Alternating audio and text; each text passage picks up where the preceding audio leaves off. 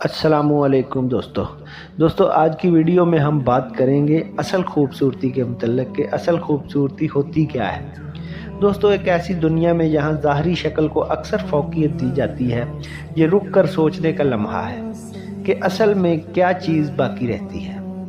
दोस्तों इसी हकीकत की याद दहानी ये जुमला करता है कि हमें याद रखना चाहिए कि असल खूबसूरती दिल और किरदार में होती है।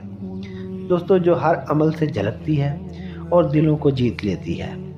दोस्तों किरदार हमारे अंदाज़े गुफ्तगू, फ़ैसलों और दूसरों के साथ बर्ताव में खामोशी से ज़ाहिर होता है।